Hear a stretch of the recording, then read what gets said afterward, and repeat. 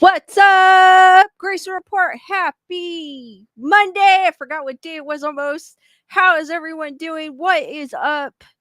Carol, Tammy, Delia Lux, Matthew, Rochelle coming in to say hi. What's up, Rochelle? Gunner Girl, Dusty Lane, Wendy, Julissa, Jennifer Marie, Carol, Joanne. How's everyone doing while we wait for people to trickle in?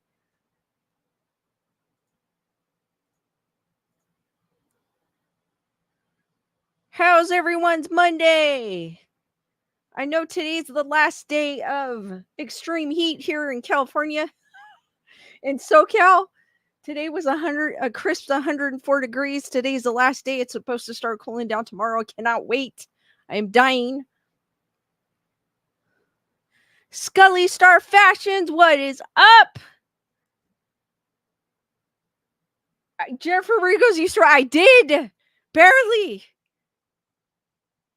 Shiloh Toto on constant fire evacuation watch since Saturday. Fire burning through Washoe Valley on both right and left-hand side of South Virginia City Highlands, top peak of Mount Rose I live on.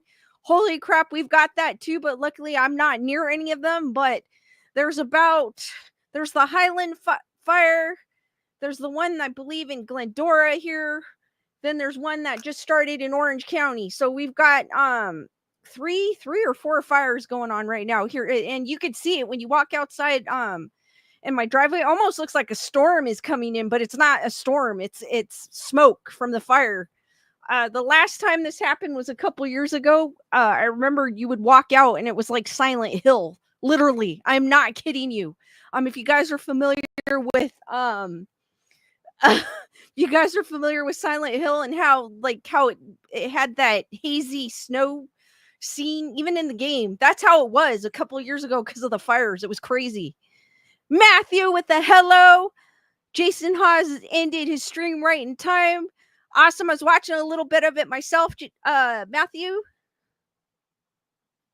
Gunner Girl goes, a cool down will be awesome. We start to a cool down. It won't be actually cool until November. Then we get cool rain and snow. Oh, at least you get a cool down though. It felt like Gunner Girl, literally, it felt like Arizona here the last couple days. Wendy is lucky, upper 4. I don't know if Wendy feels lucky, but upper 40s in the AM here in Southeast Tennessee. Autumn is here. Jennifer Marie goes, there's a ton of fires here too, polluting my air, but I'm not worried about how close they are. Emily, what is up? Anne, how's it going?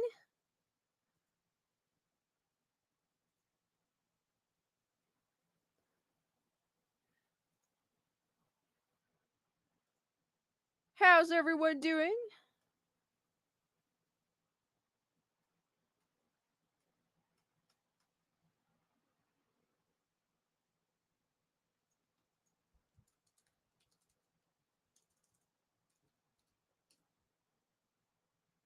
Give me a second, guys. I'm trying to look for something.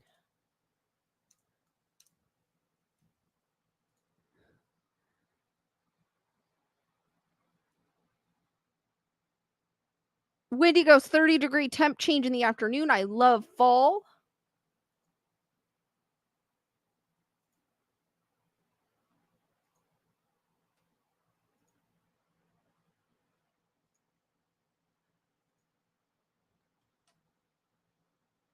All right, guys, I have an article before we get into the nitty gritty. You know how I mentioned it would be so cool if they had, because Terrifier 3 is going to be released in theaters on October 11th. It used to be October 4th, but if you guys have been following movies on October 4th, that's when Joker Electric Boogaloo comes out, or Folie à Deux, I guess is what it's called, comes out. So they upped the date for Terrifier.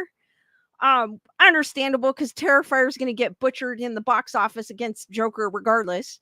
But there is going to be, which is super cool, because there's a person that actually had a petition for a popcorn bucket. There actually is going to be a popcorn bucket, which is cool. The only other popcorn bucket I really ever wanted was the one from Alien Romulus. I'm not a big popcorn bucket fan, but that one was badass. But I think I'm gonna have to get this one. Art the Clown wins the snack wars with new haunting Terrifier 3 popcorn bucket. With Beetlejuice, and Alien Romulus crushing it in theaters, it's beginning to look a lot like Halloween. However, it's not quite the spooky season until Art the Clown comes down the chimney with a bag of torture devices. The modern slasher icon returning for Terrifier 3 next month. The countdown to Art's Bloody Christmas takeover is ticking to its end since the highly successful Terrifier 2 in 2022. Art has been featured on action figures, which I have one, Funko Pops. I missed it. It sold out like super quick, so I wasn't able to grab a Funko Pop from the Funko site, but I'm sure there's another site I could get it from. And t-shirts. Now the marketing blitz continues as Art and Terrifier 3 have entered the popcorn bucket race. The new horrific popcorn bucket features Art's blood-soaked face wearing a Santa Claus hat and beard, just like he does in the upcoming film. Themed popcorn buckets have become incredibly popular over the last year with major releases like Dune Part 2. I don't want to even talk about that one. Deadpool and Wolverine. I kind of saw that one. That was a little questionable if your mind was in the gutter. The Dune Part 2 one as well. Alien Romulus and Beetlejuice competing for moviegoers' buttery hearts. However, while some have been unintentionally hilarious or a bit spooky in their design, Terrifier 3 wins the popcorn bucket war of 2024 on pure fear factor. This bucket, which will most likely haunt our nightmares for the rest of the season, will be available at Cinemark. There will be buckets for Regal Cinema and AMC theaters as well. Art's dreadful mug will go up for pre-order on Wednesday, September 18th. You can pre-order it. That's super cool. This may not be the only theater merch tied to Terrifier 3, but for now, this will more than satisfy the horror community. What's Terrifier 3 about? Here's a kind of look at the what it looks like. Taking place 5 years after the end of Terrifier 2, the sequel once again follows Sienna Shaw, Lauren Lavera, and her brother Jonathan Elliott Fulham as they try to put Art in the past. A part of that is to have a nice family Christmas. However, as horror fans know all too well by now, you can't have nice things in the Terrifier universe. Art the Clown is back for revenge on Sienna and the rest of Miles County.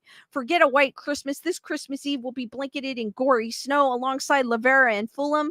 Terrifier 3 also stars David Howard Thornton, Samantha Scafidi, Chris Jericho, and Daniel Roebuck as Santa Claus. Director Damien Leone has teased on various occasions that this will be the most violent and scariest film of the franchise.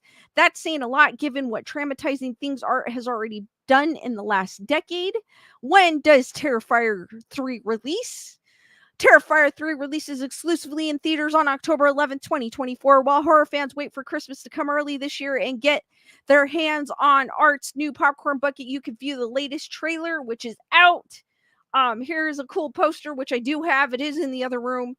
And then also, too, I believe, if I'm not mistaken, they are having, if you guys want to catch it in theaters, I don't know which theater it's going to be in. I kind of loosely, like vaguely saw something about it returning in theaters, the first one and the second one on, I think it's at September 27th or somewhere around there. But that actually, I'm looking forward to that one. It's kind of cool that they decided to make a popcorn bucket for a horror film.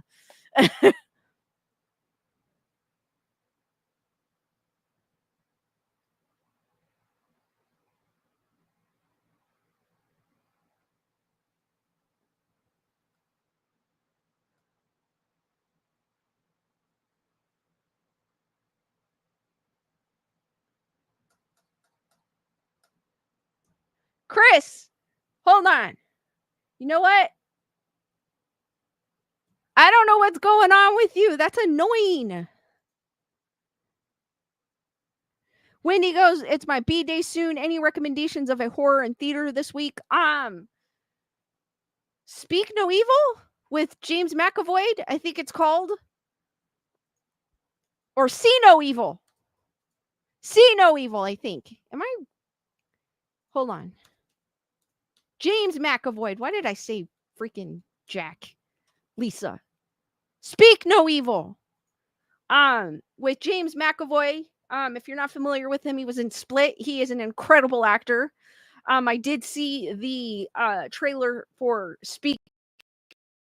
No Evil or Speak No Evil. It looked pretty cool. Um, so I know that one's coming up. I believe there's a few coming up too as well. And oh, how funny thing. Remember how I was talking about how before I get into the nitty gritty, guys, we'll wait for a few more minutes for people to come in. But you know how I was talking about wouldn't it be cool if there was a horror Alice in Wonderland type movie? I was searching through Tubi. If you guys have Tubi, I totally recommend it. I never really looked at it, but it is a free app. Decided to look through it to see what kind of movies. It has a ton of horror movies, a lot of old ones, a lot of obscure one. It even has zombievers in there. But because I was looking for Invasion of the Body Snatchers, it is on there. I haven't watched it yet, but I came across. Hold on, I need to find the name of it. There was an Alice movie in there. I didn't watch it though. It's Alice in Terrorland. But there is an Alice one. And it came out in 2023. But I don't know if it's a I don't know, the cover of it looks like an Alice in Wonderland thing. So I don't know if that's what it's about, but this was crazy. But here it is, Alice in Terrorland. Real quick, Julissa, thank you for being a member of the Wolfpack for 17 months. I hope Chris Barber gets to be green soon. It is super annoying. I'm not sure what's going on with YouTube. But hearts for Julissa, guys. Thank you for being a member of the Wolfpack for 17 months. But I don't know if this is like an out, but by the cover of it, it looks like it kind of is. But I didn't watch this, and look at it. It came out in 2023. So, it even has Lewis Carroll as one of the writers, which I think is the writer, if I'm not mistaken, it is the writer of Alice in Wonderland. So I may check this out. It may be a crappy movie, but hey, there is one. It may be one of those B movies, but hey, it's worth to check out. And again, that's on Tubi, and I do recommend Tubi because it did have a lot of like old horror movies on there. It did have some obscure ones that I never heard of. And those are the type of ones I like because I've never heard of them. It's like kind of like going through a rabbit hole when you go through those. But that one I may check out. So that was kind of crazy. And it was Saturday night when I found it. And I was like, oh, funny, there is one. Logical Spark, what is up? And also, too, I want to give a shout out to Heather Salvatore for her PayPal. Hearts for Heather Salvatore. I know she's on the East Coast, so a lot of times she can't make it here. So I do appreciate her. And she said, ghostly friends. So again, hearts for Heather, guys. Thank you, Heather. I appreciate it.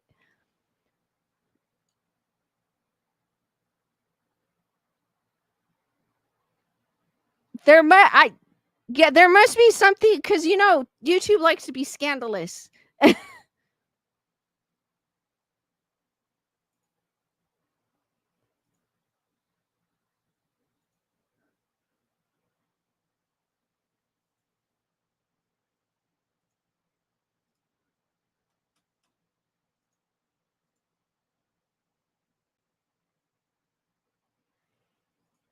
And goes Alice Madness Returns for PlayStation. I have not played that in so long. I want to revisit it. I loved that video game. That video game was so awesome. And then we were always, even Bernadette was mentioning, I wish they would make a movie. And ironically, that's when I saw the Alice in Terrorland on Tubi. So it's like,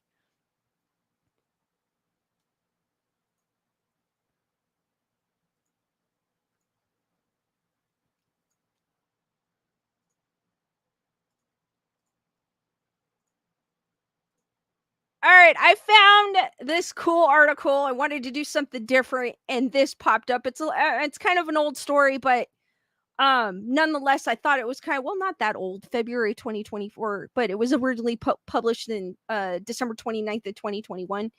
But I found this interesting because I had talked about a previous crime uh as well that involved a ghost,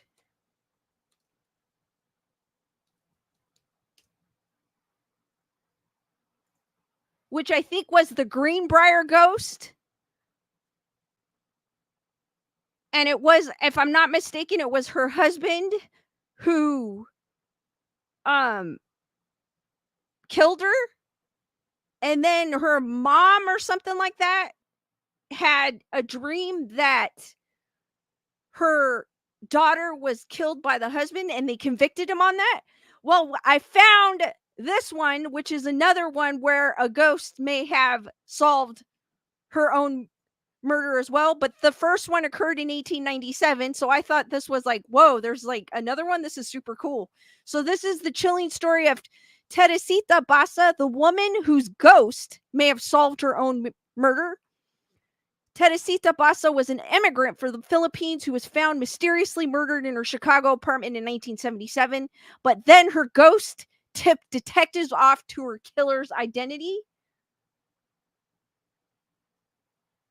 So here's a picture of Teresita Basa. The brutal murder of Teresita Basa went unsolved for years. From the day she was killed in 1977, Chicago area police were stumped by the crime that seemed to have no motive, no leads, and no chance of being solved. But 5 months after her murder, an unlikely ally came forward claiming to have information about the young Filipina immigrant's death. Their information proved correct and valuable. Alan Showery, a co-worker of Basa's, was ultimately tied and convicted for the crime. On the surface, the murder of Teresita Basa was largely unremarkable, though no less tragic for her friends and family. But what made this story remarkable was how Basa's husband and the family friend came to find out about Showery's guilt. Teresita Basa's humble beginnings and brutal murder. Jennifer Marie goes, I think I've heard this story before.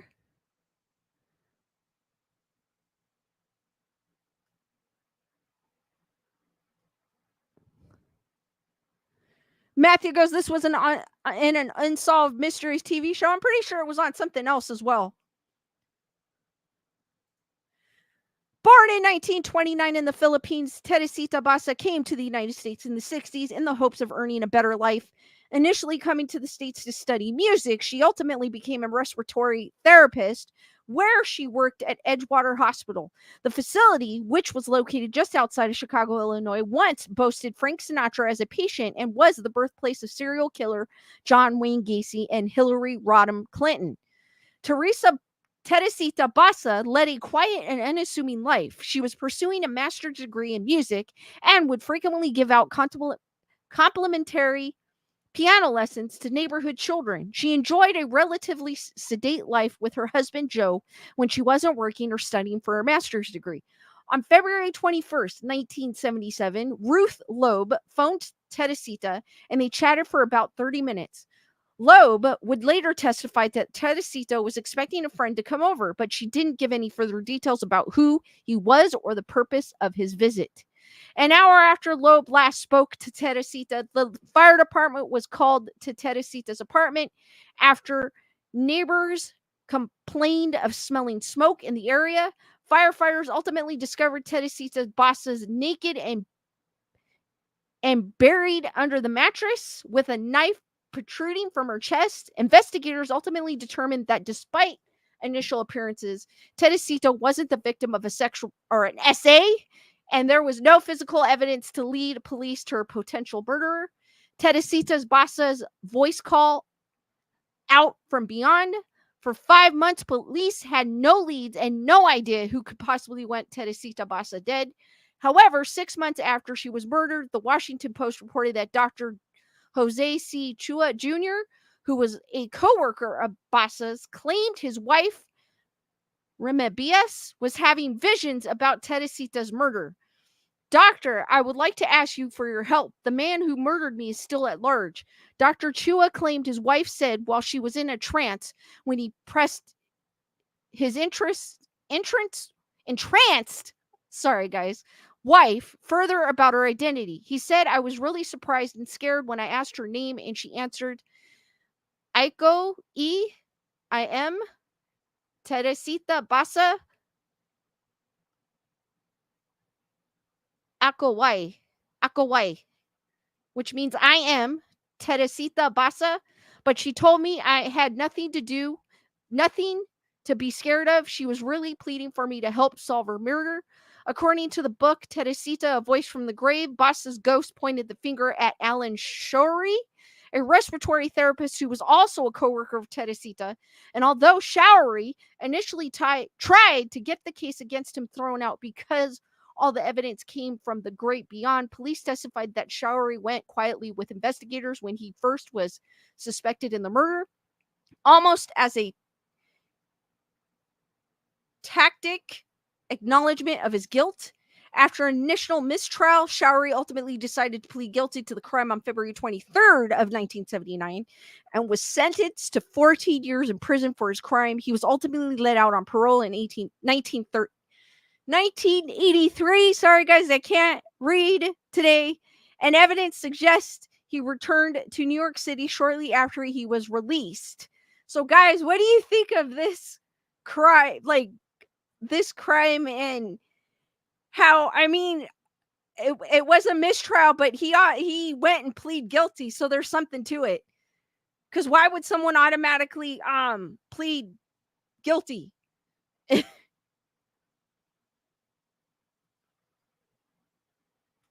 And as always, Skeleduck is somewhere in this background. And just remind me at the end of the stream, and I will reveal his location. If you do not know who Skeleduck is, he is pictured in the upper right-hand corner. I hide him every stream, so just keep a lookout. He is somewhere in my background. Jennifer Marie goes, sus. There's more to it, and it's actually super sus. I think the doctor friend and his wife were involved, covered it up. Ooh. Carol goes, sus. To me, there has to be more to it. I mean, I feel like too, though, but if he came out and pleaded guilty anyways, on top of that, isn't that kind of like admitting guilt? Kind of? Matthew goes, maybe rather be in prison than haunted. Wendy goes for a lesser sentence. Well, yeah, because sometimes if you plead guilty, you get a lesser sentence. But if you didn't do the crime, you wouldn't be pleading guilty. You know what I mean?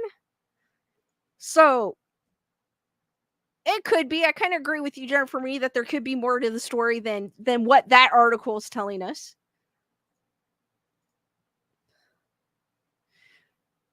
Jennifer Marie goes, people plead guilty all the time to crimes they don't commit to take less time than risk going to trial and losing big time.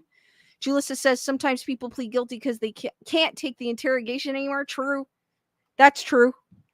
Because a lot of the crime docs I was watching, one, for example, where a woman was dating a guy and she was gonna break up with him. It's on Worst Ex Ever on Netflix. And he accused her of a crime she didn't do. Like there was like these weird robberies going on, and he had a bunch of guys telling them they got robbed by a woman that looked like her, and she ended up spending time in jail for 8 months for something that she didn't do. But they were badgering her like crazy with the questioning process. They were like, we know you did this. So yeah, I get it. Carol goes, they must have something on him that connected him to the murder. Jennifer Marie, the article skipped a ton about the doctor and his wife. There's definitely reasonable doubt.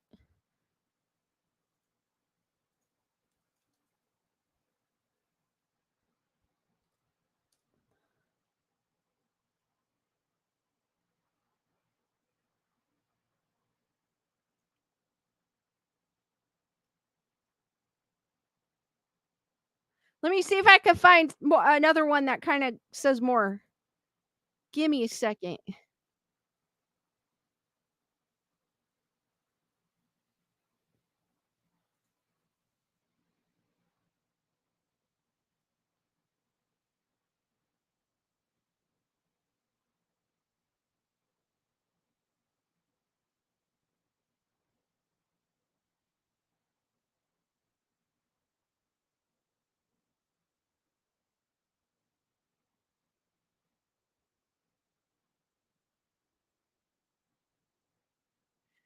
I mean, this kind of says a little. Hold on. This says a little.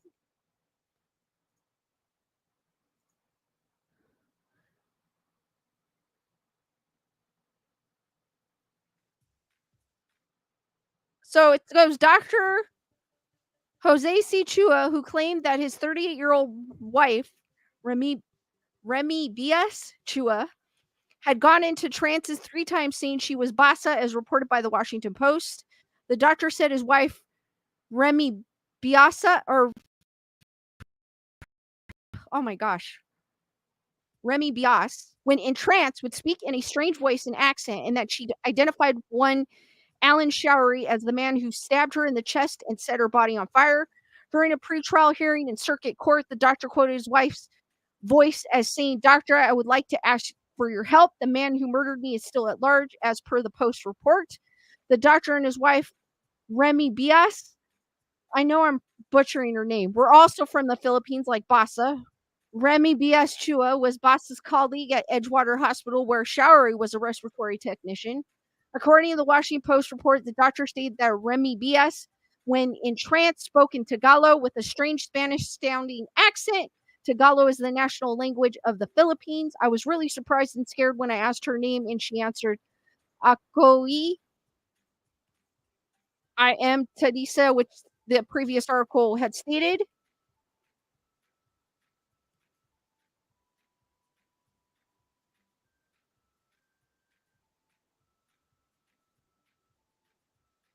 According to what Basa said, after allegedly possessing Remy Bias' body, a friendly visit took a really ugly turn when Shari decided to steal an expensive pearl ring from France, passed down from her mother.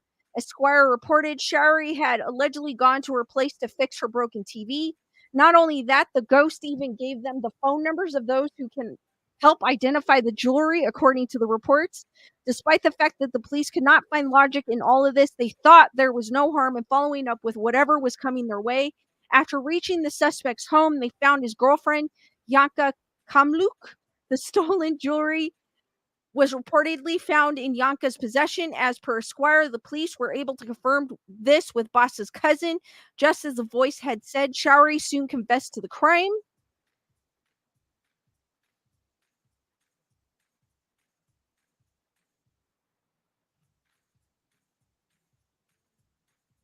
Showery was put on trial as stated in the previous article in October of 1978. During October 1978, that's when Halloween came out.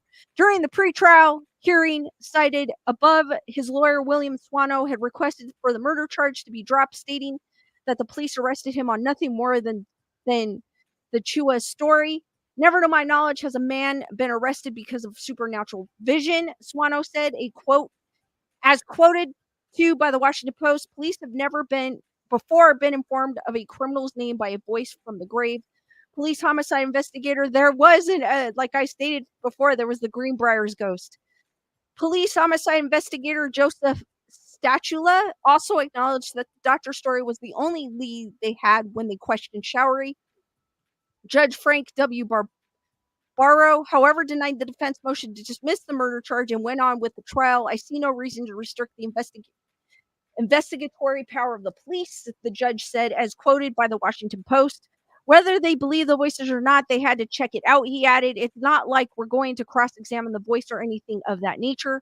A spokesperson of the prosecutor's office told the Washington Post, "We're really not interested in the supernatural aspects of the trial." Not child. Ugh. The voice was an initial tip, but the evidence was developed independently. Once the trial started, however, Showery retracted his confession, saying the police had threatened to arrest the pregnant girlfriend Kalmuk if he did not confess to the crime. Eventually, the jurors couldn't agree on a verdict, and the court declared it a mistrial. A new trial was to begin around a month later. Ahead of that, Showery changed his plea all of a sudden to guilty. He was handed out a 14-year sentence for murder, robbery, and arson, as reported by the media. Chua wrote a book on Teresita Basa. The Chuas wrote a book, A Voice from the Grave, co-authored by their friend Carol Mercado. All of us want to believe in life after death. Dr. Chua had been quoted as saying the case was turned into a telemovie. Voices from the Grave.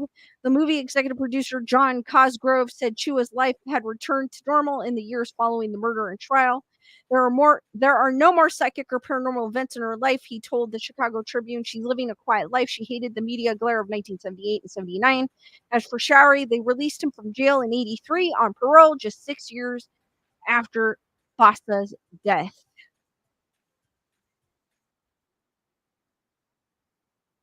Tyrana! What is up? Lisa Boo, how's it going?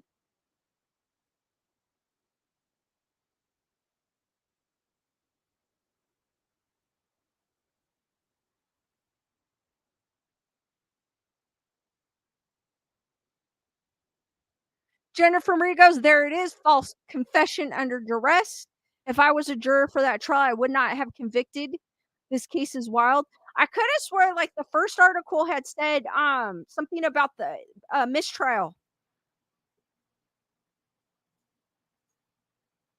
Like his lawyer tried to fight to get it not to be a murder trial, but the judge insisted. I mean, that's I mean, I get the point. Like, imagine being convicted because someone said a ghost visited them and said it was them. But I mean, I guess the evidence corrupt. I mean, the evidence they found on their own was legit, but it's still. I don't think it's still definitive.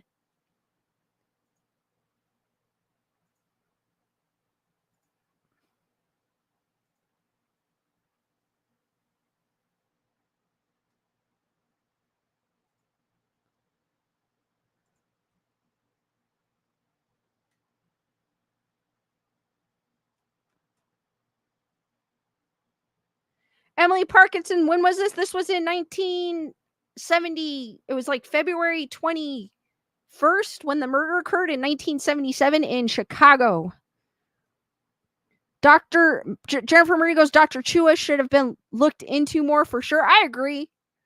I would have been more probably looking more at both sides. I would still probably approach it as okay, let's see what this is, I bite kind of thing, but I would still kind of look at it. Yeah, I agree. I would have looked into him cuz what kind of doctor was he? You know what I mean? Just because someone's a doctor doesn't mean they're legit, you know what I mean?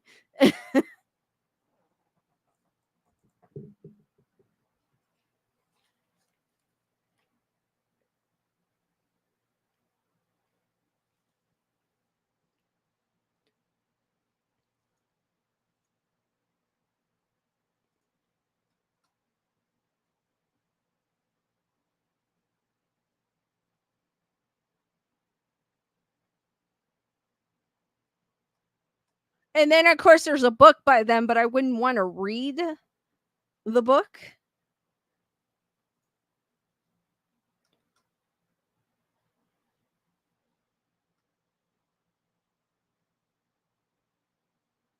Oh, he was a surgeon.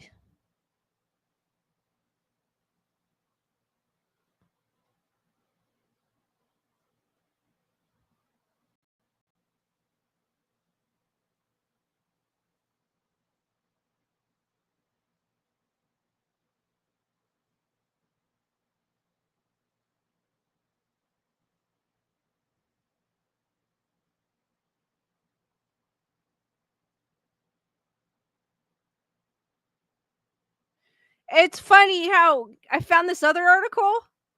Shelly, what is up? I found this other article, and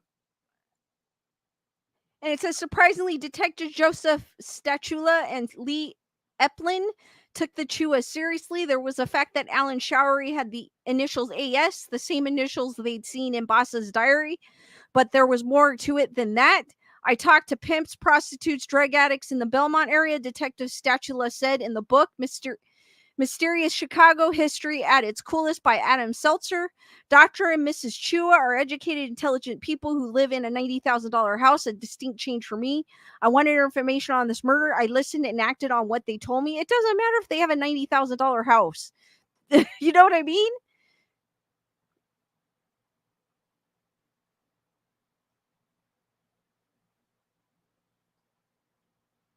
Showery had been in a difficult financial situation, and Basa had been helping him out by paying him generously to do small jobs for her.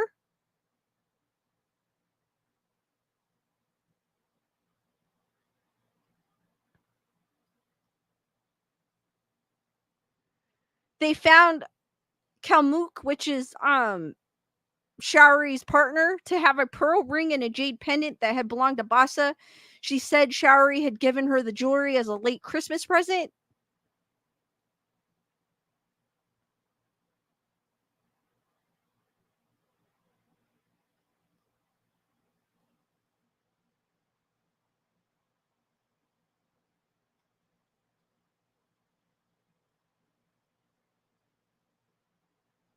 Yeah, it said it at the first trial, it ended in a mistrial with a deadlocked jury. And then a month later, that's when he decided to plead guilty.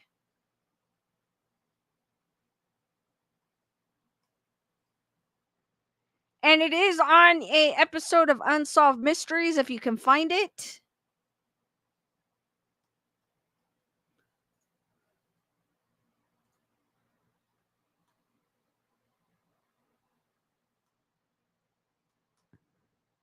Emily goes, when did the satanic panic boogity stuff start? Oh, with Manson?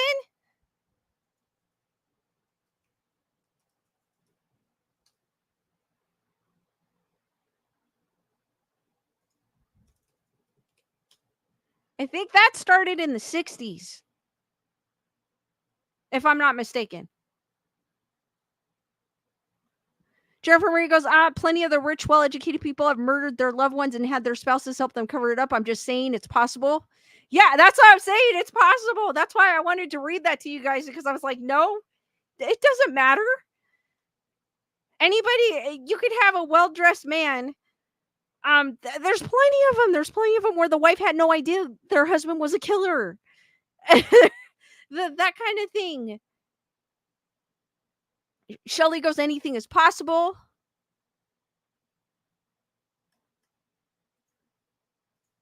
It doesn't mean that they're good people. Like, honestly, if you had, I mean, drug dealer, they've got $90,000 houses. or the, with the kingpins. If you want to put money on the thing. Matthew goes, I have Unsolved Mysteries on a channel for my Android TV. Also, it's on Pluto TV app. Last I checked. I think Unsolved Mysteries is also on Max. I think it was Max. I saw it on. Jennifer Marie goes, Bundy was known for being very charismatic and yet oh so guilty. He also was going to school to become a lawyer, and he represented himself. So,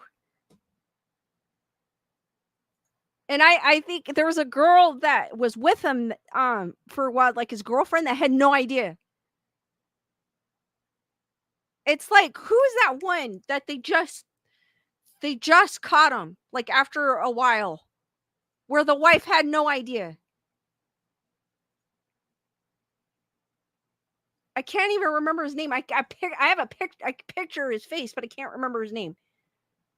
It's the guy that he would take newspaper clippings and he would put the letters on a envelope, or like on a, write a letter with the letters from the newspaper or magazine and send it to the police station. Which guy was that? Him, his wife, and family had no idea what he did. So it's possible.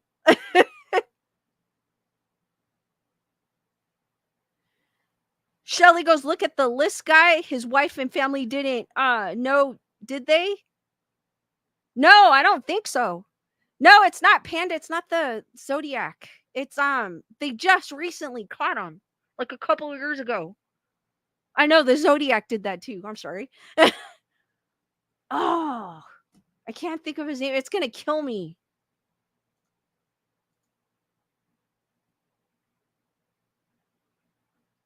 I have the guy's picture in my face, but I can't think of his name. Hold on.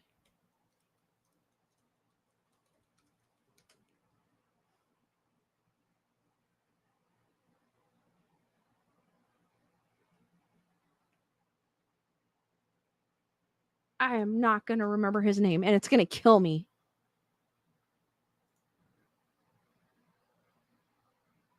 Emily goes, happy face killer. No. Shelly goes, the Long Island serial killer. No, it's a different one.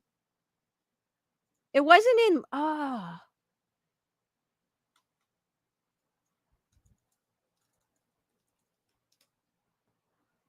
Was it this dude? Hold on. I think it was this dude. Green River Killer.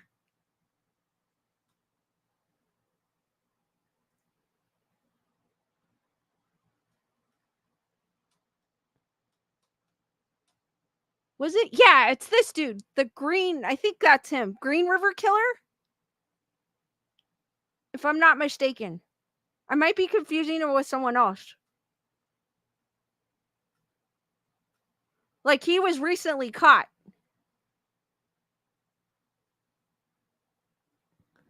Julissa goes, it'll come up to you in the middle of the night. I know, I'm going to wake up and I'm like, oh! Emily goes, it's so sad there's so, I know. That's a sad thing. Wendy goes, don't think about it and it will come to you. Welcome to my world. I think it's the Green River Killer. It's this guy. In fact, he's in the news because they just transferred him. This guy, the Green River Killer, Gary Ridgway, listens during his arraignment on charges of murder in the 1982 death of Becca Marrero at the King County Regional Justice Center in Kent, Washington. I think he's the one that yeah, and the reason how they found him was because he sent a letter and they did DNA or something on it. If I'm thinking correctly.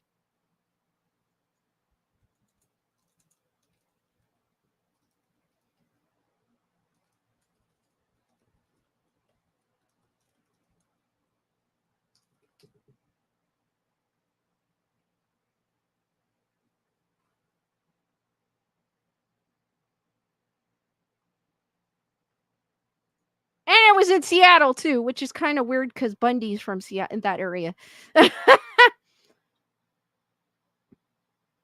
Panda Bear goes, first time hearing it. Wendy goes, I know who you're talking about. I can't name it, but I see the face. Shelly's like, heck no. Jennifer Marie, amateur, used his own DNA. I think, don't quote me, but I think that's him. And his wife and his kids had no idea. And he got away for it. His crimes happened like in the 80s, and they recently just caught him. Wendy goes, there's an East Coast killer as well. There's also a program on Max that I was watching that was talking about this one guy it was crazy. If you guys want to check, if you're on a true crime kick, check it out. And if you have Max, check it out. It's pretty cool. I've been on a true crime kick lately. So I've been watching all the true crime stuff.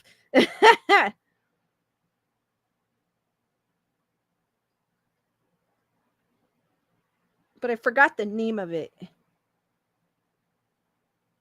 Evil Lives Here, I think is the name of it. Is that the one? No, not that one. I was watching that too. That's crazy. It's a different one. It's like a new show, but I can't think of it right now.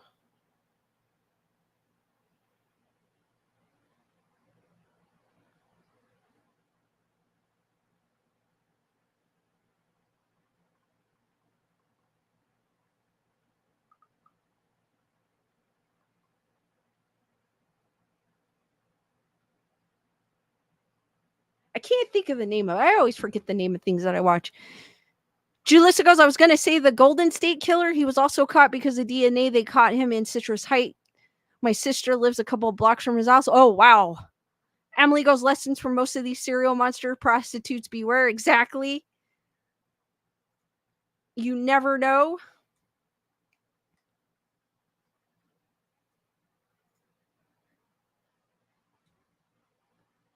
All right, I got this cool article. Hopefully I could read it. Share file. Oh, I wonder if I could. Let me see if I can. Oh, I might not be able to share it because it's a file. Oh, maybe I could get it. Emily goes, there's so many. I watch the true crime shows all the time. I do that too because I get on a kick.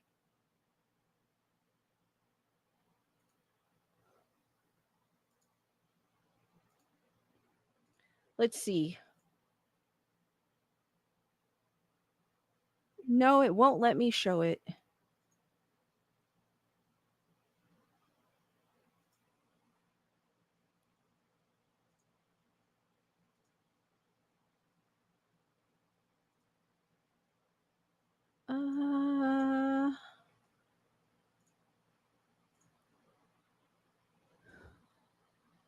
Panda Bear goes, I only had heard of the Zodiac Killer. Jennifer Marie goes, back when I had cable ID channel was my fave.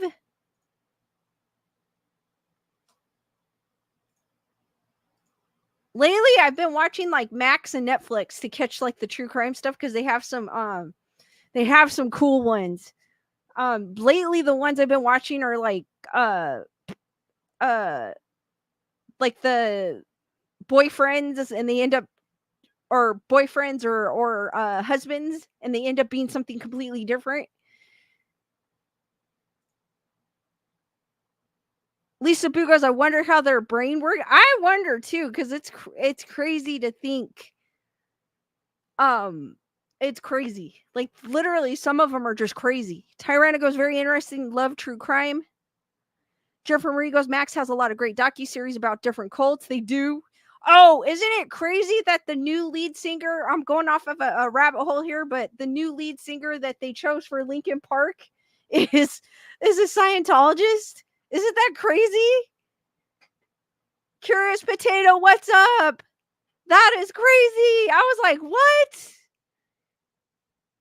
I mean, a lot of people are complaining because obviously they're like, she's not Chester, which is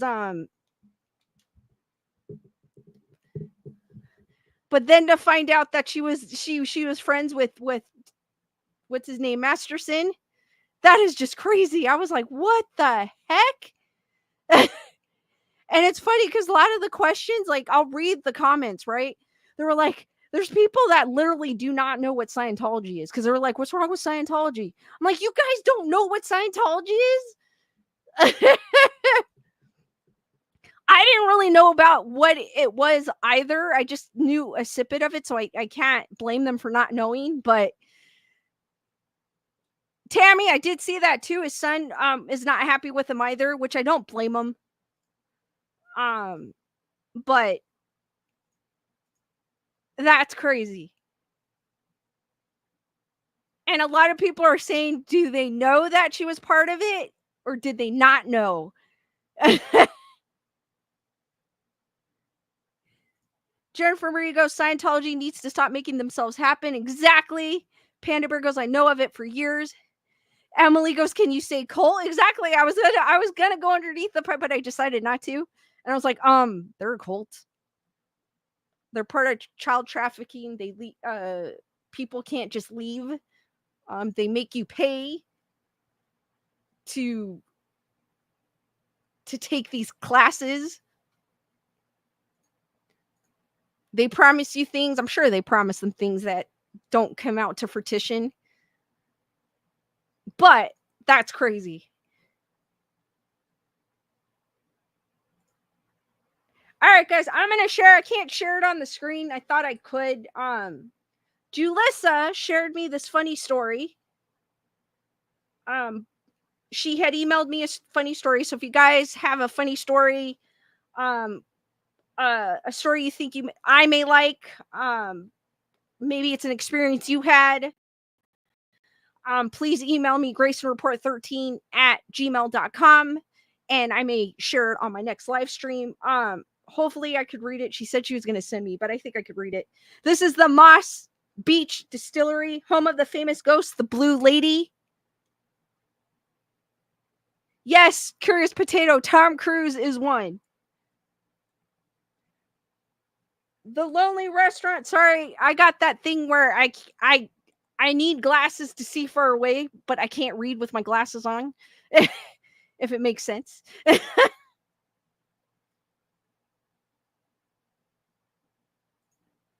Jennifer Marie, I agree, Jennifer Marie. They need to remove their tax exempt status. It's a business, not really. Exactly, it is. I don't consider it a religion at all.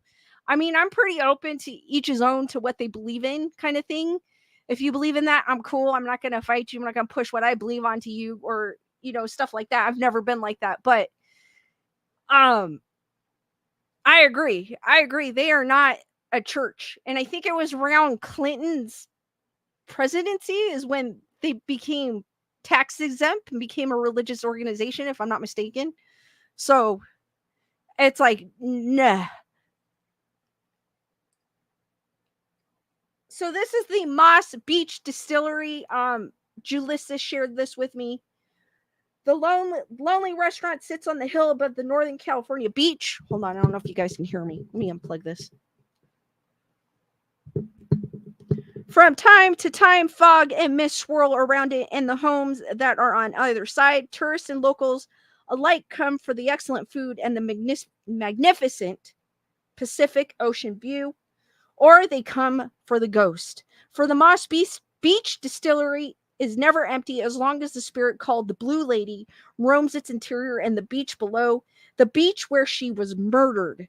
Patrons are not the only ones attracted to the place and its ghosts. The distillery and the Blue Lady have been featured on numerous national and local TV shows, including Unsolved Mysteries, Sightings, A&E, They See Dead People, America's Most Haunted Places, and numerous other shows on the History Channel, the Discovery Channel, and the Travel Channel, Tech TV, which is now G4, and more.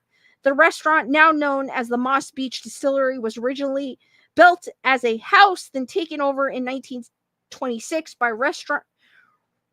restaurateur Frank Torres. It was then known as Frank's Roadhouse, and the establishment's property also contained a small hotel for special guests. During Prohibition, with the beach below being a focal point for liquor smuggling, the restaurant was a protected speakeasy where anyone who was anyone could still drink to their heart's content. The place was incredibly popular with the locals, politicos, and celebrities from the growing film industry. While there have been 2 other possible deaths connected to the identity of the Blue Lady, only one seems to fit the time frame of the first sightings, as well as the perceptions of a variety of psychics who have visited since 1990. The other deaths were much more mundane and occurred before the place was built a few miles away.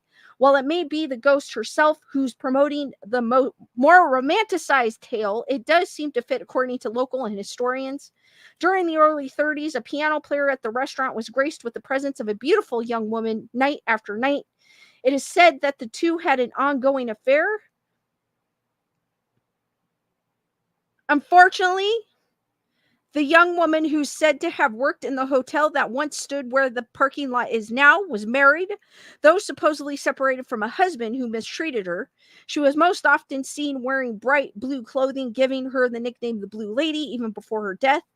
One night, the husband showed up in the bar. A fight ensued between the two men, which eventually moved outside the place and supposedly onto the beach. Just what happened is not recorded anywhere, but the beautiful young woman dressed that evening in a long blue dress was found the next morning on the beach. She had been stabbed to death. The piano player, who may have had family ties to the owner, Frank Torres, was apparently bruised but alive. Of the husband, there was never any sign. The woman in blue was dead, her husband gone, her lover still tickling the ivories night after night. It was your basic lover's tragedy, ripe for a haunting.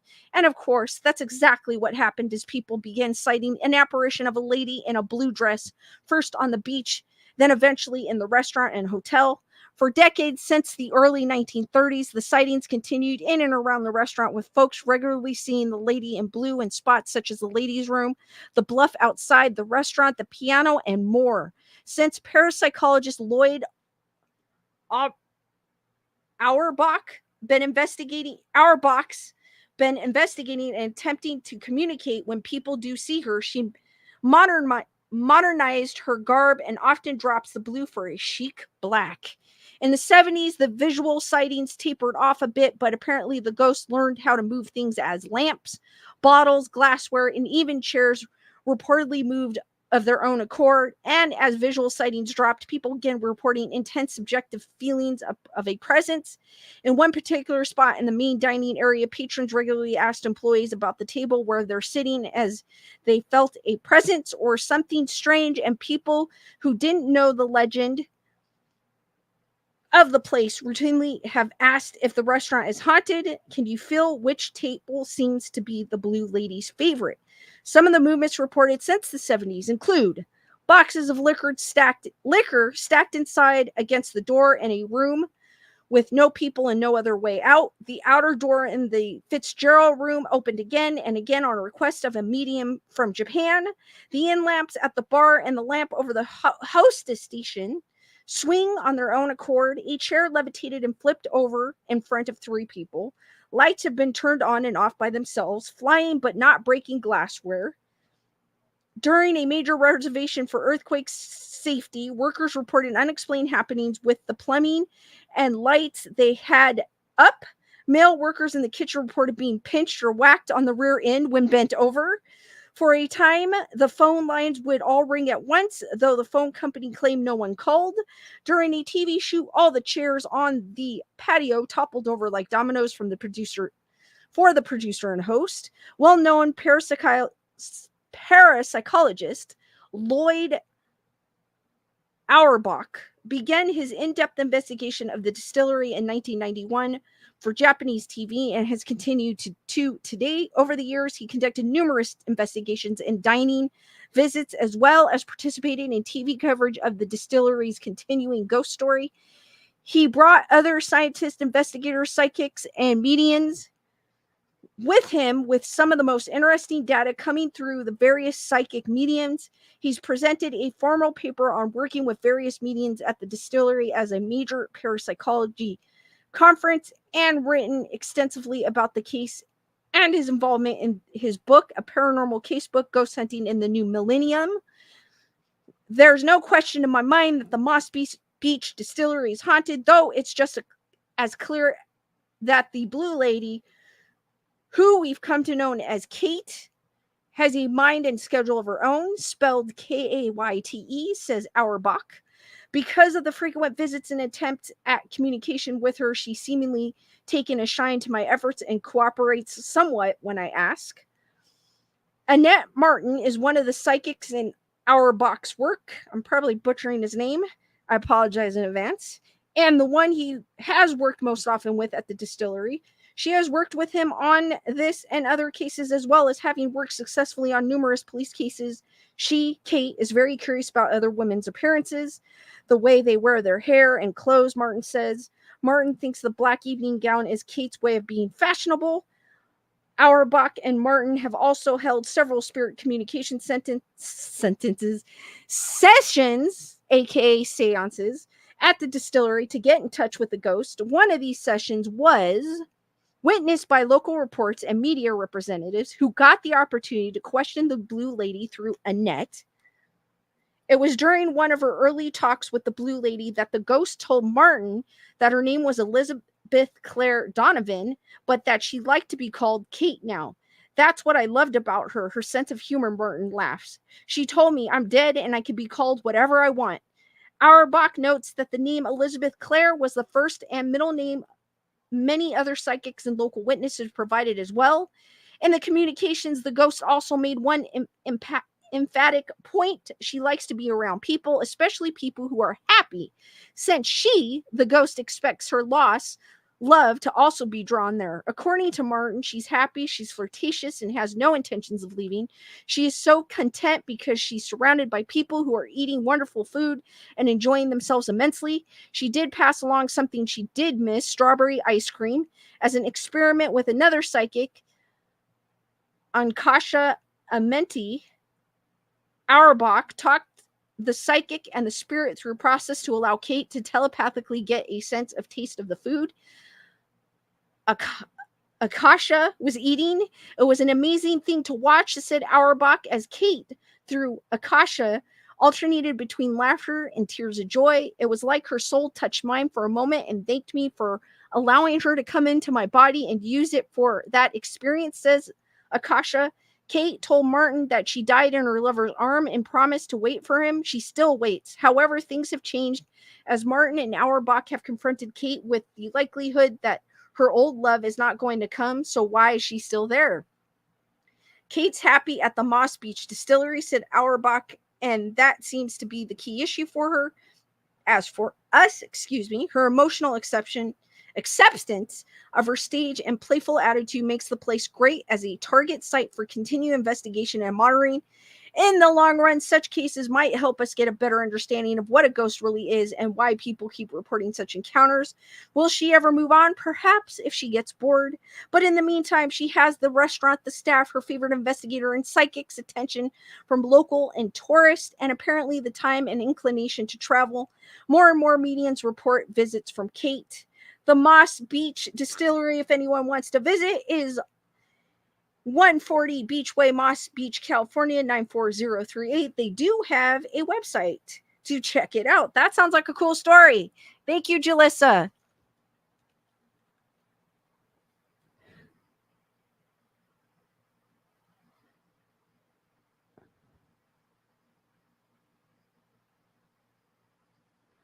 Emily goes, I think Jason from Ghost Hunters went there.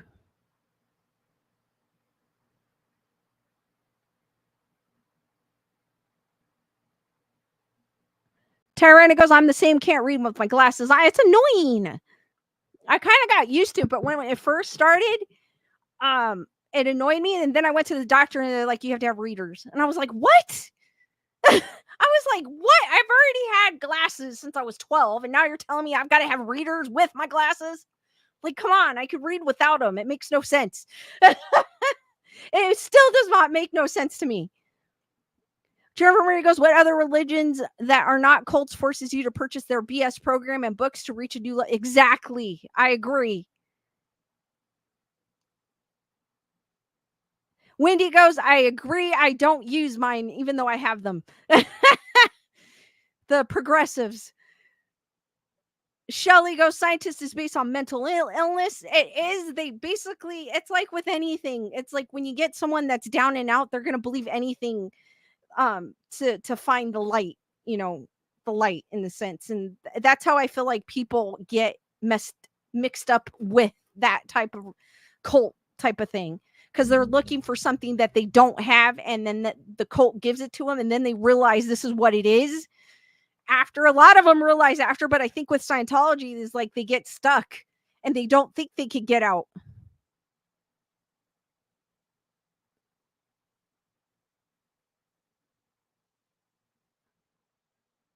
Julissa goes, I still have yet to see her. I'm going to go to the restaurant again this winter when it gets dark early. Jennifer Marie goes, oh, the blue lady is spicy. Carol goes, the story sounds familiar. I'm pretty sure it was on the ghost show I watched. Matthew goes, on Jason's stream, it's thought a woman in white is really just a glow coming off the ghost. Forgot who said that. Ooh. Jennifer Marie goes, well, I was right there with the story until the ghost took over her body to try. I was thinking the same way. I was like, really? Not that I don't believe in possessions. I do believe that happens, but why? My initial thought was like, why would you invite something to invade your body? I would not do that. And then I kind of feel like I don't feel like that a ghost that invades your body can taste what you're eating. So that to me kind of a little, I was skeptical with that one. Matthew goes, also that ghosts take energy from batteries and such that we eat food for energy. Yeah, that I've seen that. And if you're watching any of the like a lot of the times when we're watching these ghost shows, a lot of times the batteries drain, like the camera turns off or the battery goes low. So I do believe that.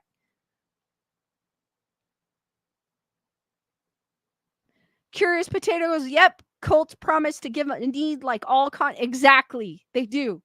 And unfortunately, it's usually the people that are in need or are looking for something. And I feel bad for these people because they're looking for something like an enlightenment or like a light to get them out of their place or something that they didn't have in their life. So I do feel for these people.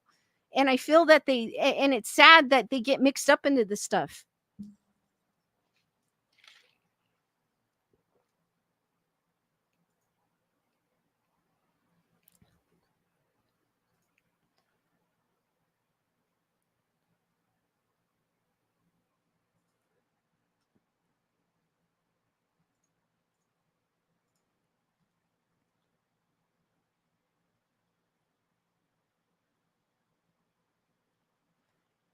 Curious Potato goes, cold spots and energy drained, heat being energy.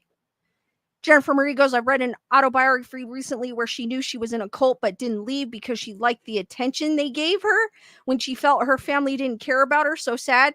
Yeah, I've read that too. There was another one about it was like these sisters. I think it was that TikTok one with the one with the dancers. I think it was another story that was connected to that, if I'm not mistaken. I might getting confused, but it was a family that came from Korea, and her mom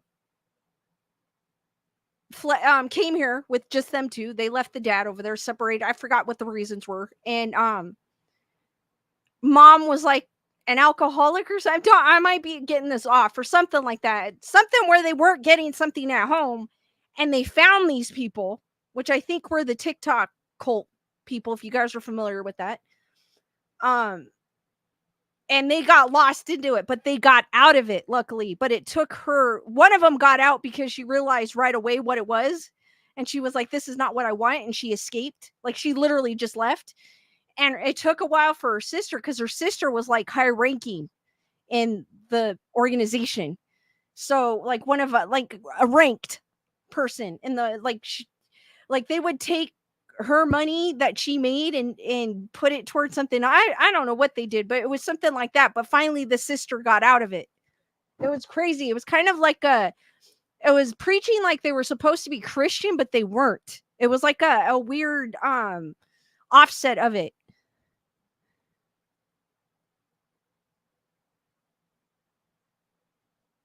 Matthew goes, Jason says 99% are no possession, and possessions happen to religious people instead of those who are not.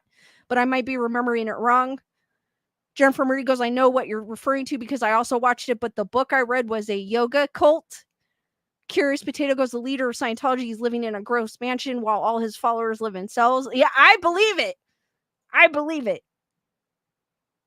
And they work ridiculous amounts of hours with barely any pay. And it's sad.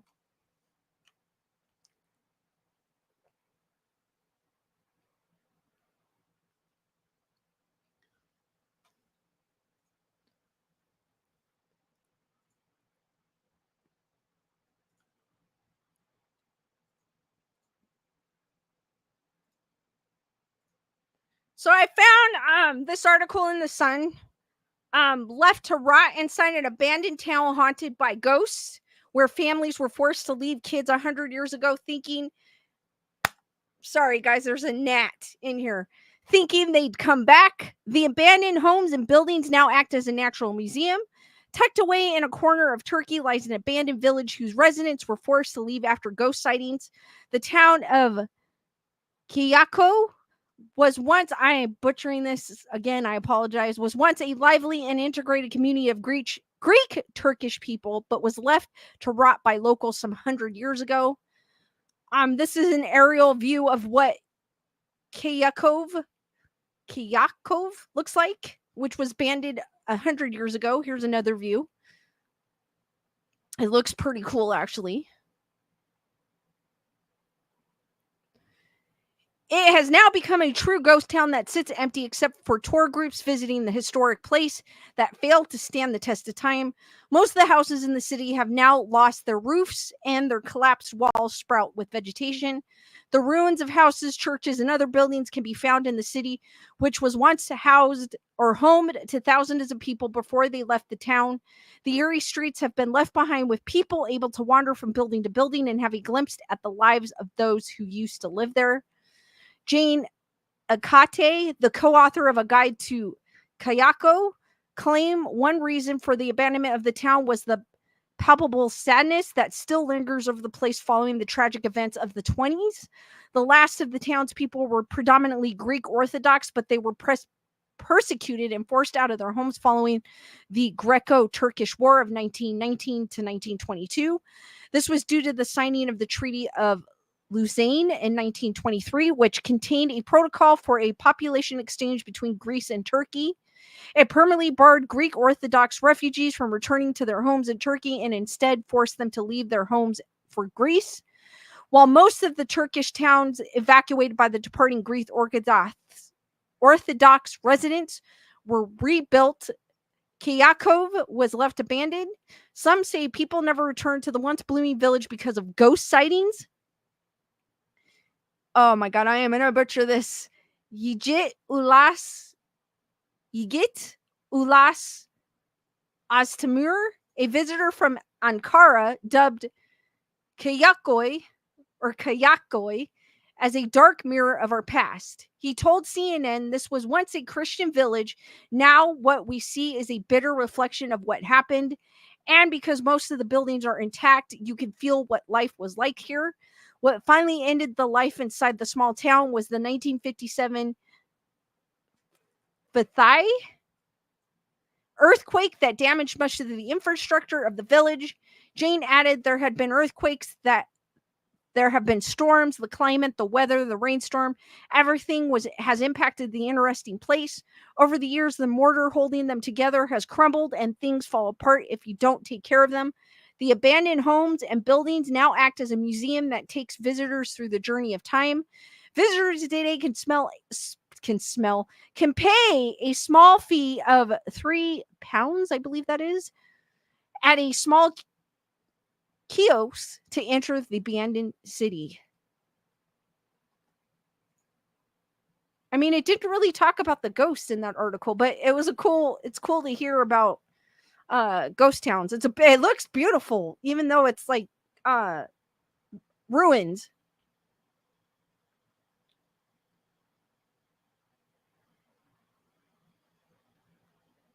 Heather, whatever, what is up?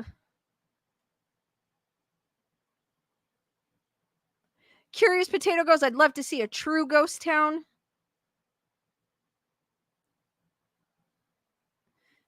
Heather, whatever goes, if they are filled with the Holy Spirit, they can be oppressed but not possessed, oppressed from outside but soul protected.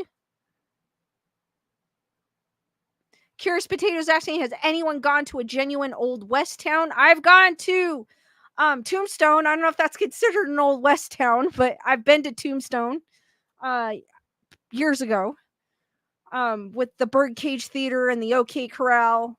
I've been there. We have Calico Ghost Town here. I don't know the history of it. I should actually look it up to see what the history for next time. I've been to Calico here in California, but it's not a good place to go in the summertime because it is in the desert, and I agree with Arizona as well. But I did go to Tombstone in the summertime. I remember being hot. It was hot as hell. And I bought a shirt there and I would wear it everywhere. I loved that shirt. It said Tombstone, town too tough to die. Lisa Boo goes, I went to a ghost town in Texas when I was a kid. Wendy goes, I've been to Witch City, not a ghost town that I know of. Heather whatever goes, Tombstone is cool. Old Tucson.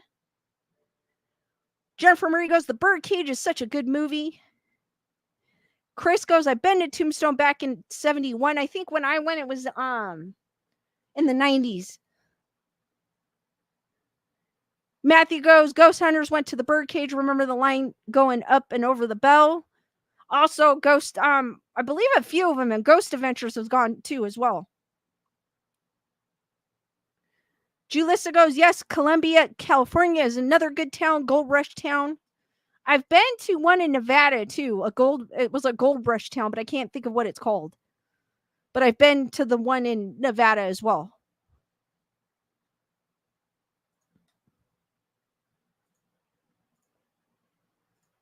And it was cool. Like, I would love to go to Tombstone again. I remember I had so much fun there. It'd be cool to go see it again.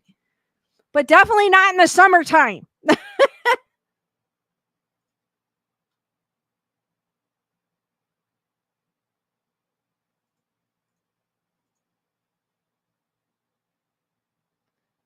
Heather Wetter goes, I love the movie Birdcage and the original Les Cage aux Folies.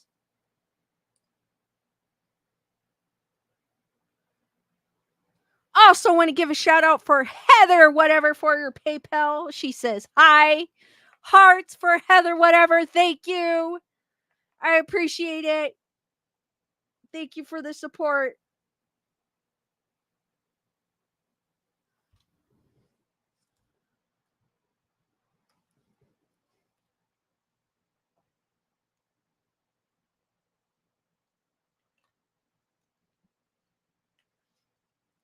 All right, guys, have any of you heard of the Hill of Crosses?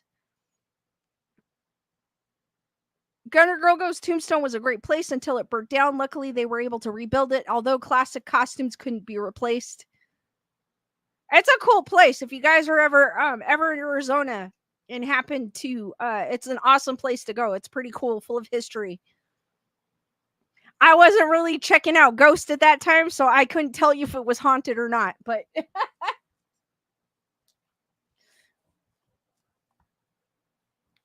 Tammy goes, nope. It's the Hill of Crosses.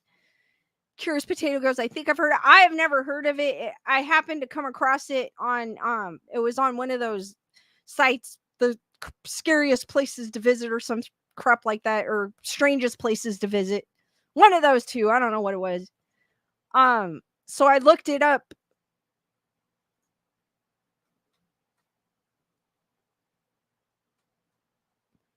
Thousands of crosses cover this eerie hill in Europe.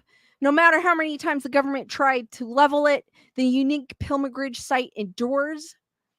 The exact origins of Lithuania's Krezu Kalnas, or the Hill of Crosses. I butchered that. Krezu Kalnas, or the Hill of Crosses, remain a mystery just outside the northern city of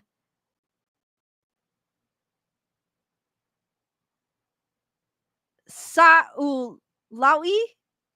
Thousands of metal and wooden crosses placed here for nearly 2 centuries have found a home on the growing mound of religious fervor.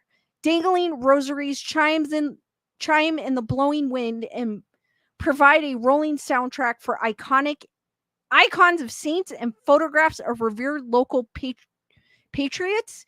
Despite many attempts to destroy it, this unusual pilgrimage site endures as a powerful testament to devotion.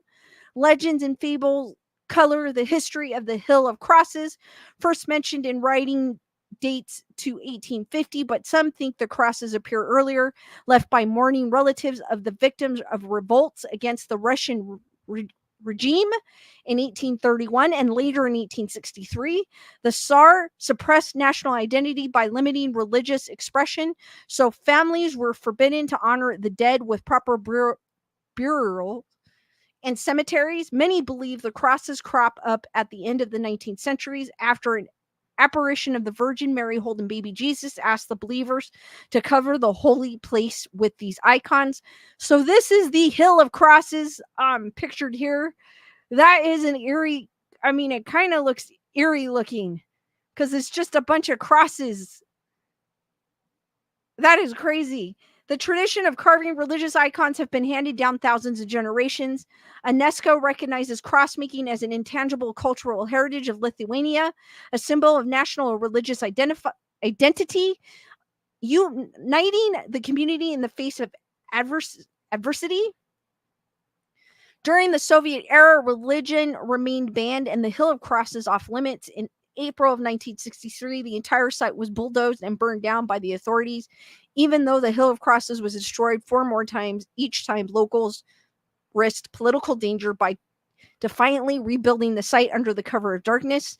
Since gaining independence in 1991, religion in Lithuania is practiced freely and openly. Still a rule I cannot say rule exodus from rural areas and villages mean fewer young people learn the craft of cross making. Today, no one really holds jurisdiction of the Hill of Crosses, with different organizations and individuals, volunteers pitching in to maintain the site. However, even with an uncertain future, the Hill of Crosses welcomes tourists so they might better understand the local community's difficult past, learn of its unshakable faith, and feel hope for the future. As Ruta Stankuvini, director of Siaulaui Tourism Information Center, describes, it doesn't matter who you are, what religion confession you follow, or at what time you come, since the canonical rituals of the church are not so important here. The doors of this place are always open because there are no doors at all. Here, nature mingles with culture, including any person in the complete unique experience. So that is kind of cool.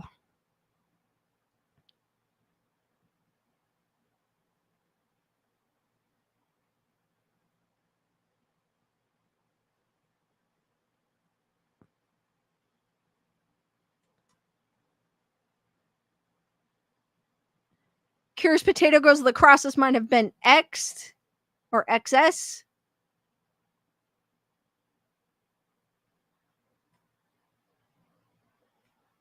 It's a cool place, though. If you guys are ever in Lithuania, which I don't think any of us will be anytime soon, but it's a super place to actually check out.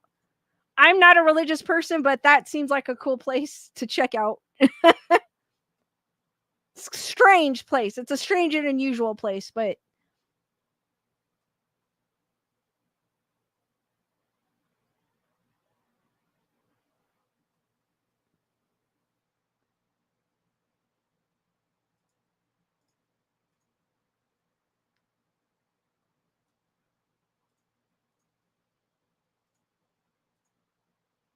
all right. Have any of you heard of the Felt Mansion?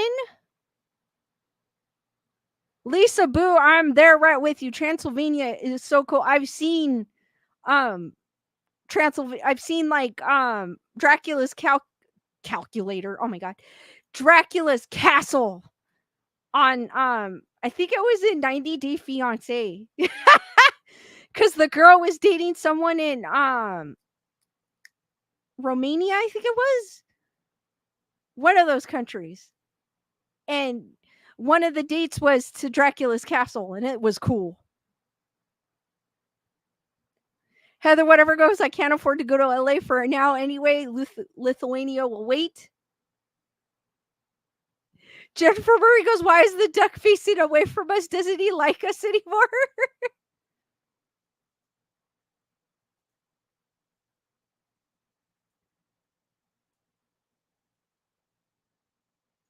All right, the haunted Felt Mansion.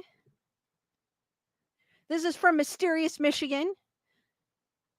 For many years, the 17,000 square foot Felt Mansion sat abandoned and alone along the tall dune grass and trees by the Saugatuck State Park until its restoration project began around 2000. The mansion was completed in 1928 by inventor Dorr E. Felt for his wife Agnes and was a summer home for the wealthy Chicago family. Agnes died soon after its completion and could never enjoy her beautiful summer estate. Some say this is why her ghost still lives on in the old home, and especially in her bedroom. Goes Dorr Felt, born in 1862, made his millions by investing the comptometer, an early version of the mechanical calculator that greatly helped accountants. He died shortly after his wife in 1930. In 1949, the property was sold by the Phelps family to the St. Augustine Seminary for boys. According to the Phelps Mansion website, the seminary used the carriage house for classrooms and the mansion for housing. This is Dor E. Phelps pictured. Behind the mansion, they built a school. After the school was built, cloistered nuns, cloistered, oh my God, Lisa, cloistered nuns moved into the mansion in the 60s. During the 1970s, the state of Michigan began using the property as a state police post and tore down the boys' school behind the mansion and put up the Dunes Correctional Facility, a minimum security prison. The Phelps Mansion is now on the National Register of Historic Places as well as Michigan State Register of Historic Sites. And I believe they are going to start having tours, if I'm not mistaken. Ghost and shadow people. The mansion has been a lot of things since its beginning, so it's not surprising to hear about a few ghosts roaming its spacious interior and grounds. Soon after the remodeling began, the paranormal activity started. During the summer of 2001, the West Michigan Ghost Hunter Society hosted public ghost tours. The tours included the mansion and the former Dunes Correctional Facility, which has since been torn down. All of the money from the tours went to help restore the mansion, and the tours generated over $3,000. I was lucky to attend all the tours and explore the mansion before most of the restoration began and the ghost tours were stopped. Tom told Doug that he hadn't been standing next to anyone over there, but that Doug's story confirmed what he had been feeling, that someone unseen was standing right next to him.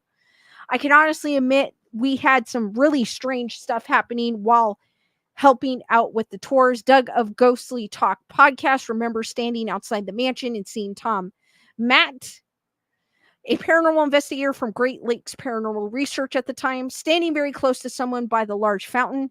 They seemed so close that later Doug asked Tom who he was getting so buddy-buddy with by the fountain. Tom told Doug that he hadn't been standing next to anyone over there, but that Doug's story confirmed that he had been feeling that someone unseen was standing right next to him. I also saw some of the freakiest shadow people on video while recording in the third floor ballroom. I was there for an all-night Halloween event, and it was around 3:30 a.m. We had set up a Sony night shot camera in the ballroom and sat back to watch if anything would happen on a television in the next room. In the far corner of the ballroom, which is now next to newly installed restrooms, a shadowy figure stepped out of nowhere. This is the Phelps Mansion. A bit of it in this picture. Everyone in the room got chills. The figure appeared to be human-like and darker than the shadows around it. It had a density to it. It seemed to be making a sweeping motion as if it were using a broom. Suddenly, a second figure appeared next to the first, and then as quickly as they had materialized, they were gone. Southeast Michigan Ghost Hunters were a paranormal team there, and everyone tried to recreate the event by standing in the back of the ballroom, seeing if our shadows could have made the movements, but nothing we did equaled what we had witnessed. The shadows had appeared in a corner with a mock graveyard and over Halloween props or other Halloween props. I had made a couple of tombstones and wasn't particularly excited to walk over to that corner to pick them up during cleanup, even with the lights on. Of course, the video went home with an investigator who later got out of the study, and the video was never seen again. This was before things were digital. Even with the video proof gone, it was an experience no one that night will ever forget. This is a picture of the third floor ballroom where they witnessed the shadow people. A door opens by itself. While the infamous shadow person video is lost, we do have this little gem thanks to Jason Bouchard, a former paranormal investigator there that night. One night after the tour finished, Jason had his camera recording on a chair facing Agnes's room. You can hear a conversation from the WMGHS team downstairs in the background, but watch for the heavy French doors to open and close. This is a picture of Agnes Phelps. She was a beautiful woman. I love pictures, like old vintage pictures. I had left by this point, but I do remember very clearly it was a warm, windless night, and none of the windows in Agnes's room were open. As they were still painted shut, the doors led into a sunroom overlooking the front of the property and are very heavy. You'll see them open and close once, then really blow open when Merle, an old WMGHS member, walks into the room. Merle was a funny guy, and he remembered saying something inappropriate while cleaning up equipment in the room, when all of a sudden the doors blew open and an icy blast of cold air hit him. It was almost as if Agnes felt was giving him a ghostly slap for being crass. Needless to say, it scared the bejesus out of him, as you could see in the video below. If it's on, I can't play it if it's on YouTube. The video affectionately became known as the Merle incident. In the clip, you are looking into Agnes's Phelps bedroom, and the French doors going into the sunroom are on the side of the video. Unfortunately, I can't play it because anything I play on YouTube is gonna flag that YouTuber, and I don't really have permission from them to play it. The Felt Mansion can be rented out for weddings or private events. Guests can also take a self-guided tour during the day or arrange a private guided tour. In the fall, they have been doing ghost tours in past years, so keep a lookout. I believe they are now. I did see a recent article about it. So if you guys are in Michigan, I think it said. Michigan area, check that out. Gene, Rick, what is up? Hey up. Lisa Boo goes, it'd be cool to go there.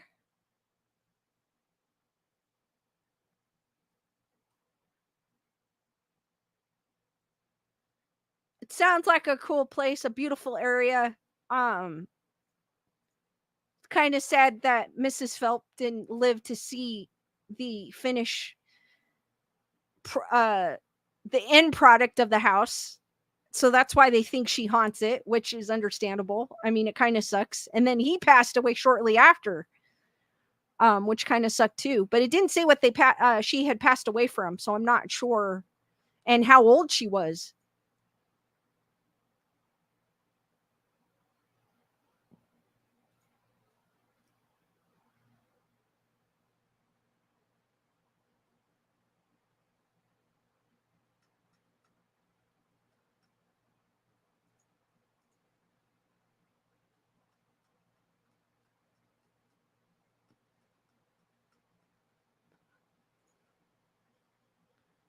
It is creepy.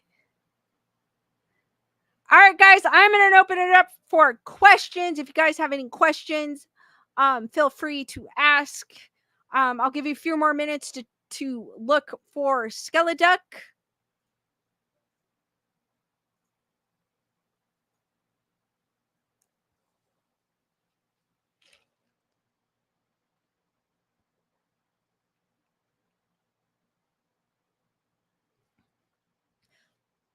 Lisa Boo finally watched The Deliverance. What did you think of it?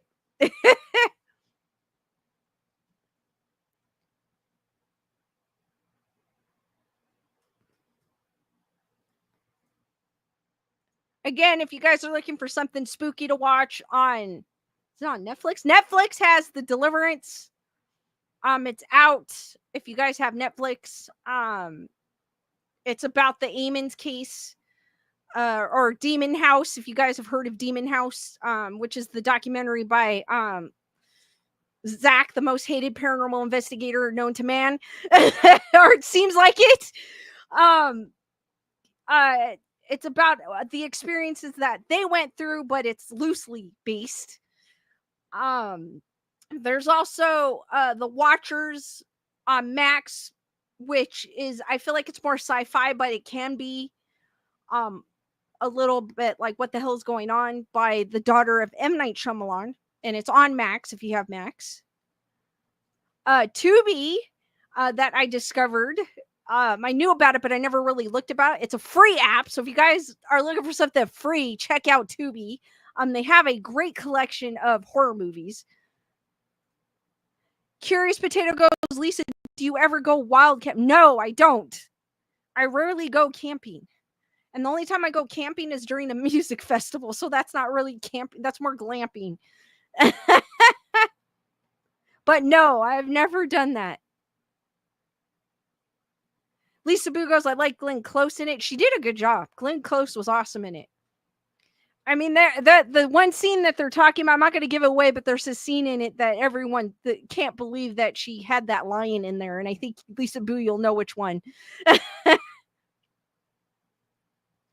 Gunner Girl Goes, doesn't Tubi play kids? It has all kinds of stuff. Actually, Gunner Girl, it has movies, but I don't. It might have kids stuff. I didn't look, but it has like movies and it has a horror section. It's got movies. Like I saw what did I see in there? What the heck did I see? La Bamba was in there, but it might. I'm not sure because I didn't look at. I just saw it was like horror movies. What horror movies did it have? So if you have a TV that's capable of getting apps, I would suggest that app. It does have free movies.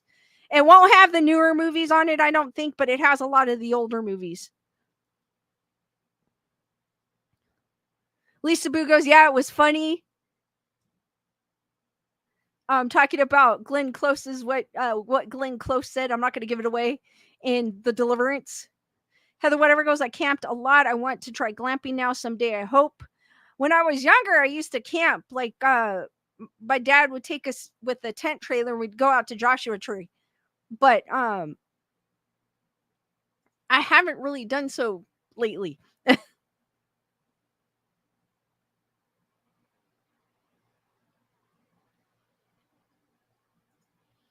Oh yeah, the teeth. I think once it got past the certain like the possession part, then I was like but building up the deliverance, I'm going to say again, building up the deliverance was good in the drama part. But once it got to the possession part, I felt like it went overboard. Plus, like I said, it's loosely based on the true story. So if you go into it with like that, you won't be too disappointed, I guess. Emily Goes, Tubi isn't bad. They're older movies and shows, well known, and B movies and kid shows. Heather Whatever goes, we used to trek, camp, and climb in Joshua Tree in the winter. Good times. I've heard a Joshua Tree Bigfoot story. My dad used to be a park ranger in Joshua Tree, so he would work on the weekends there. And then also I would go there with his unit, his because he was in the Air National Guard as well. They would go out there and train, so I went out there with them and they were camping and stuff.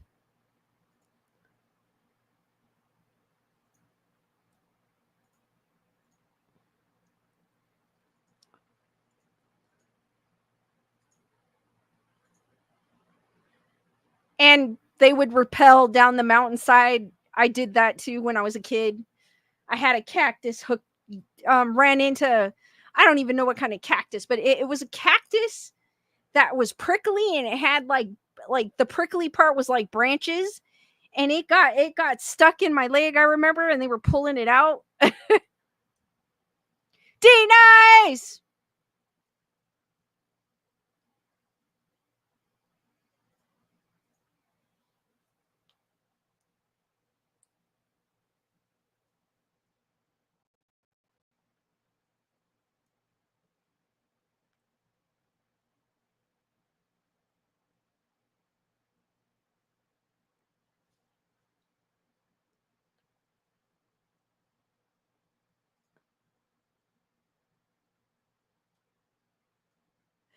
I have to. There's another movie because Emily, I guess Curious Potato was saying the other. I want to see The Deliverance too as well, so I'm gonna look for that one. Because when I first said, I said Deliverance instead of The Deliverance, and they're like, "Yeah, that old movie with Burt Reynolds," and I was like, "Which one?"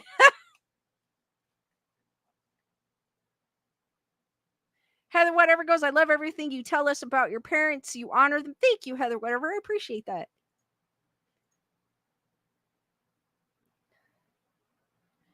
All right, guys, real quick before I know a lot of you figured out where Skeleduck is, but Skeleduck is right there. He's keeping an eye out, looking out the window, checking the weather out and the smoke because we have a lot of smoke in the air with the fires. Not as bad as the 1 year. Like I said, that 1 year it was like Silent Hill, literally. But Skeleduck is right there where my finger is pointed.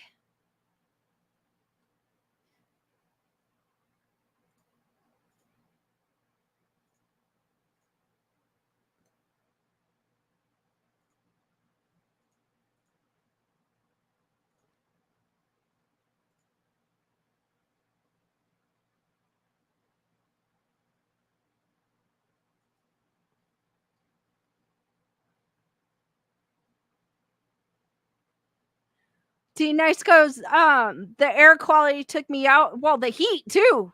I was about to take a nap before the stream because the heat. I'm done with the heat. Delay Lex goes, stay safe. They're not by me, like in my immediate area, but they're like, to where I won't have a problem with the fires. Like my house isn't in danger or anything, but the air quality from it is bad.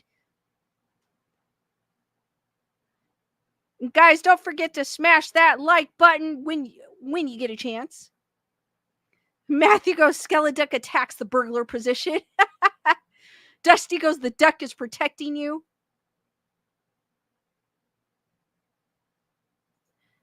Dusty, I have a story from Dusty that I will share on the next stream. Just a heads up, guys.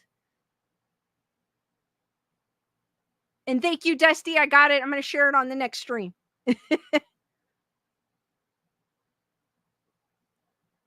Curious Potato goes, Skeleduck, what are they feeding you? It's not your fault. Heather Whatever goes, guard duck. Jean goes, I did not sleep last night. So tired. I don't, this heat, it's hard with this heat to sleep. It's rough.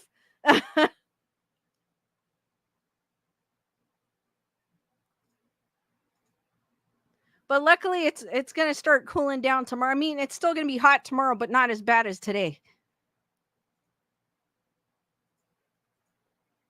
5 days in a row of temperatures that have been here in SoCal that have been over 100. Like Arizona weather, literally. Las Vegas and Arizona weather. Except the only good thing is we cooled down. I noticed at night Arizona was still like in the upper 90s while we were in the 80s. So I was like, thank goodness. I was like, at least we cooled down a bit. Emily goes, we're actually 60 right now. Heather Whatever should cool a lot. Yes, it will start Wednesday. It should be like 20, 30 degrees cooler here.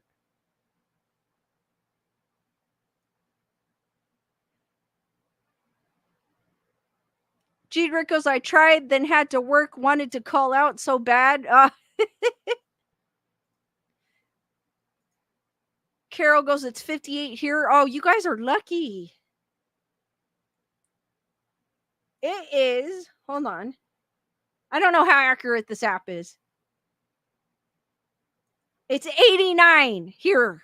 At least it's below 90. It's cooling down. Thank goodness. I think the last 2 nights, the high here was 80 at night.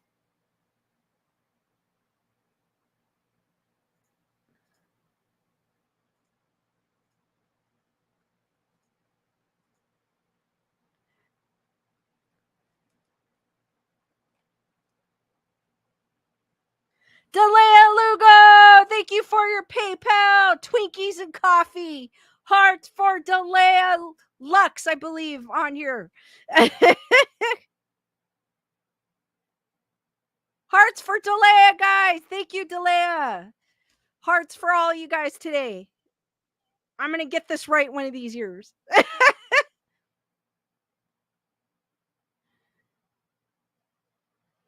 Emily goes 86 tomorrow. I think we're going to be 94, 95-ish, which is not bad because today was 104. So I'll take it. Dusty goes, this time of year, we lose our trade winds and it becomes muggy. Oh. Carol goes, I think winter is going to be early this year. It's been so cool lately.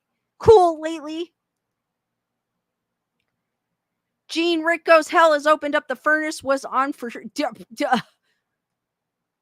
The devil was out there going like that. It was so hot. D Nice, I was about to tell her that. Give us the cold. Like I am done. I was counting off the days. I was like 3 more days. 4.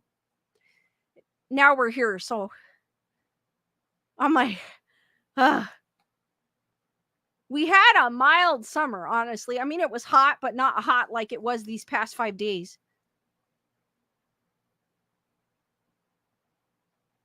Curious Potato goes, it's been so hot, so glad it's cooler today.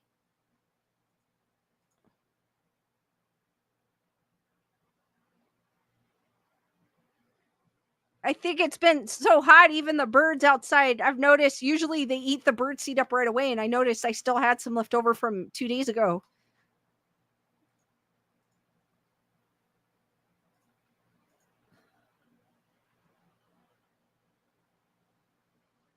Carol goes, our furnace is set on 65. It's been on a few times, but you are lucky, Carol. At this point, I will sleep in a freezer with no blanket.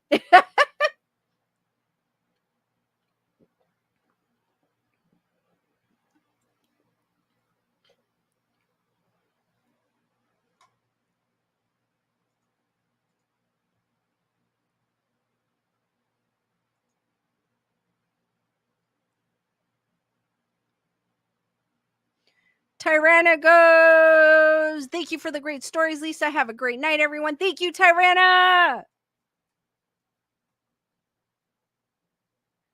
D Nice goes, the bird baths evaporate so fast. I'm like, what the point? I have water out them for them too, and it's been keeping water, but I don't know if they've been drinking it. The ants have, put it that way.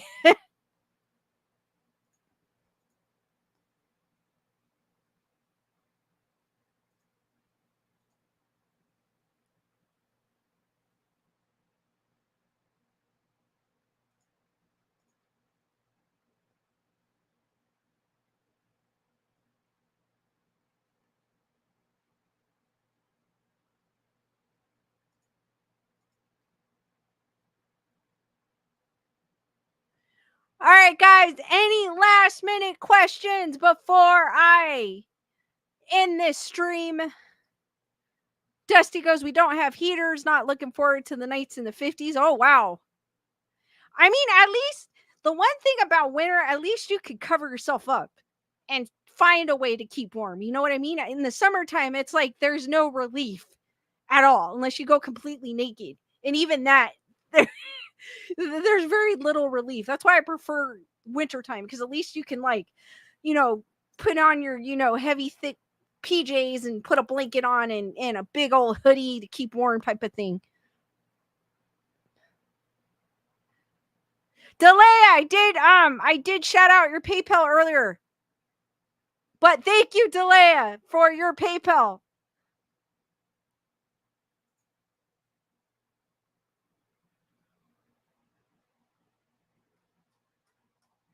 I appreciate it, for coffee and Twinkies. The perfect combination.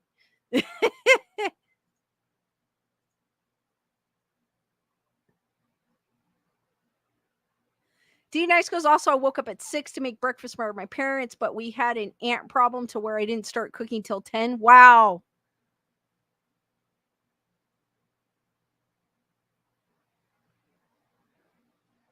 Thank you, Lisa Boo. Thank you, Lisa. Great show. Heather Whatever goes, I love summer. Tucson little girl is stuck with me. D Nice goes, so my day has been blah. Yeah, that can mess you up. Especially if you didn't get a lot of sleep the night before, if you didn't go to bed early. That messes me up. Or if I go off my schedule, my sleep schedule, it messes me up. I feel all ugh.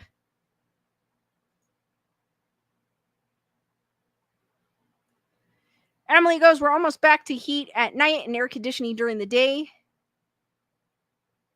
Thank you, Carol. Carol goes, great stream.